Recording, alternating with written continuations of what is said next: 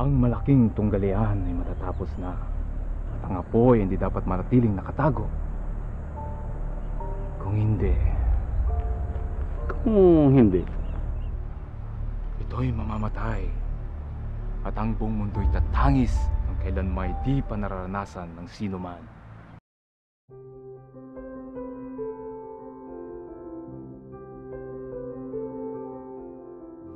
Actually, na-conceptualize yung Loud Cry kasi nakikita namin yung need ng bagong medium para maipahiwatig natin sa mas maraming tao yung gospel natin, no? Especially the second coming. Because we really would want to create awareness. One is good of salvation, educate the masses kung ano talaga yung gospel na meron tayo. And inspire revival and reformation sa mga kapatiran natin. And also to raise funds para masuportahan natin yung mga ministries na yon. It's a story about love. Hope, faith, and courage. It's about trust. Following one's heart. Betrayal and sacrifice. A story about family.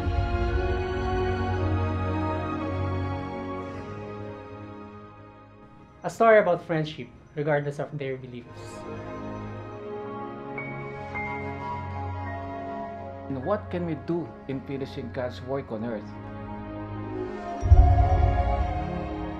The typical Christian journey na na-experience ng bawat isa sa atin, no? So, it is about a young pastor na sobrang enthusiastic siya, sobrang fired up siya dun sa faith niya, and he really would want revival and reformation to happen during dun sa generation niya.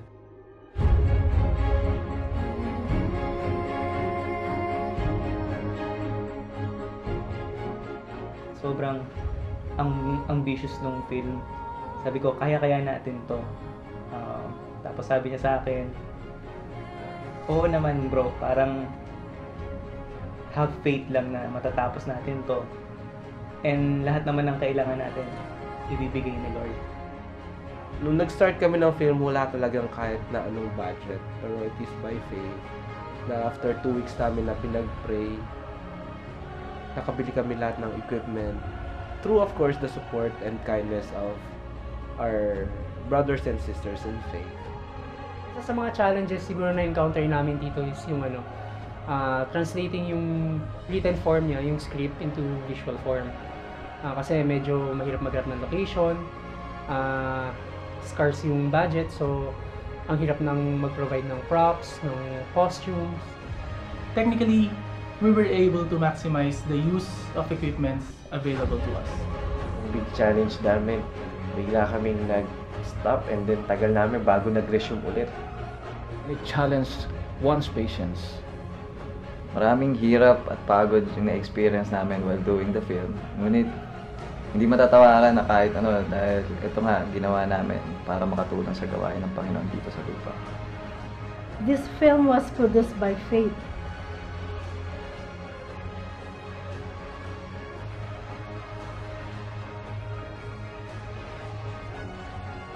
In filming The Loud Cry, every shoot is a learning experience. After ko mapanood yung film, naisip ko, finally, meron ng very simple way para maintindihan yung great controversy. It made me to realize the reality in Christian life that history will repeat itself. Lahat tayo binigyan tayo ng Panginoon ng kanya-kanyang talento. Nagpapasalamat ako, through this film, yung talento na binigay niya sa akin, nagamit ko para sa kanya.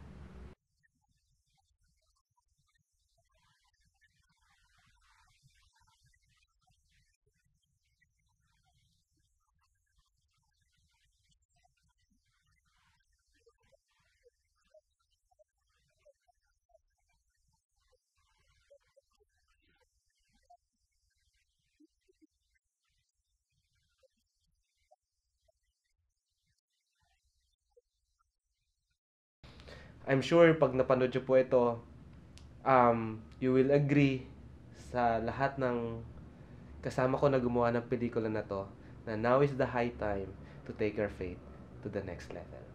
Maraming salamat po.